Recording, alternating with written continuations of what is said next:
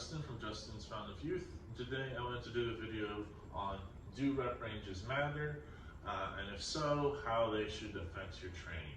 And so if you've been into weightlifting for any number of years or an amount of time, you might have seen a chart like this. I've seen it in a couple of books I've read. People talk about YouTube videos and whatnot. And the problem with this is that it's actually quite wrong. The research does not really support this anymore at all. So quickly, strength, getting stronger, you want to go 1 to 8 reps, hypertrophy, or building muscle. There's a lot that's like 6 to 20, 6 to 15, whatever. And then a lot of the times they have some sort of endurance past whatever hypertrophy is.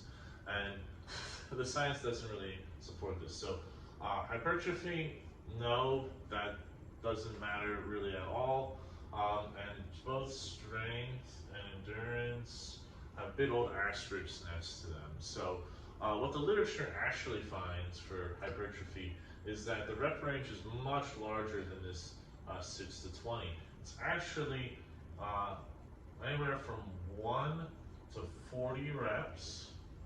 You can build muscle, and in fact that makes sense, right? You see muscle and strength are generally highly correlated, so the more muscle you have, generally the stronger you are. And there are many programs, power building programs, right, where you're trying to build strength and muscle at the same time, and they're actually rather effective.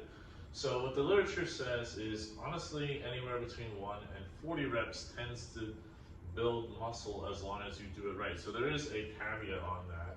So a little bit of an asterisk here, and that is as long as you are pushing high enough. So you need to have high enough intensity, and that would be generally measured by RIR.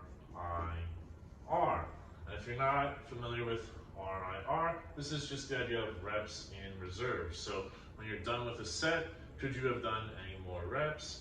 And generally this is sort of thought of as 0 to 4 reps in reserve. So if you're doing, these large sets, 20, 30 reps, but you still have, 10 reps in reserve, then you're not really pushing with enough intensity to really get that muscle stimulus. And although 0 being failure, you have nothing left, and 4, you can have 4 reps in reserve, I tend to err on more of the side of 0 to 1. And that's mostly just because studies show that people are actually pretty bad at estimating how many reps in reserve they actually have. And so, you've done lots of research on this, and people who are said, okay, you're trying to hit 10 reps with 3 reps in reserve, and they do it actually in the gym. They have people go to true failure. A lot of times, instead of going to 13, they're going to 15. Some people are even going to 20. So having higher reps in reserve tends to be hard to estimate, and a lot of people are really bad at that, even if you've been doing this for years, myself included, right? So that's why I always push basically 2 failure or maybe 1 away. This happened to me just the other day. I was training and I hit about 8 reps, and in my mind I estimated I could only do about 3 more. Well, I was able to do 5 more. So if you're at this higher end, you're always ensuring that essentially you're going intense enough to get that hypertrophy going, to get that stimulus to growth.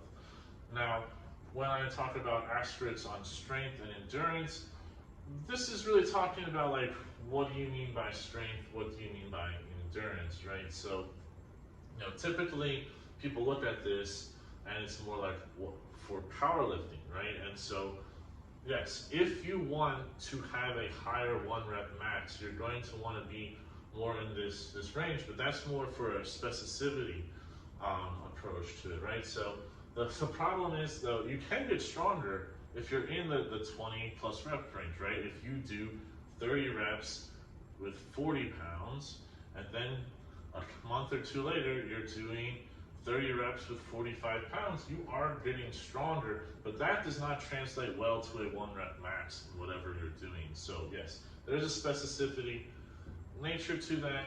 You do need to practice in the range you want. If you want to go powerlifting 1 rep max, then you should probably be in this range. I would more recommend staying away from doing singles or doubles that much, just because it is so stressful on your body. So probably like 3 to 6 or probably 4 to 8 reps more, if that's what you're trying to go for. But likewise, if you want to get more endurance, necessarily doesn't, how do you define endurance, right? Is that just total number of reps? And if it's just total number of reps, right, then you can just do more sets in these higher rep ranges and still build endurance, right? So again, how you define these can really matter. The other important thing to know on this scale is sort of the effects on your body, right? So at this upper end here, this is much more stressful for your joints, right? So another reason why you might not want to always be going this high is it can cause tendon ligament issues. You have achy joints, you might want to stay a little bit further away from this end.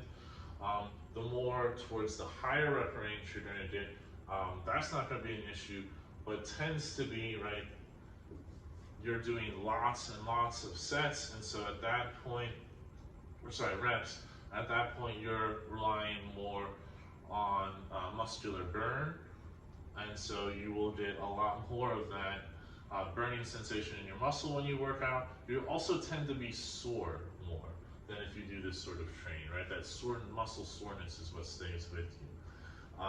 So yeah, and that's generally speaking how it goes. Now for hypertrophy, you can do any of this. I tend to sort of agree to be more in this range though.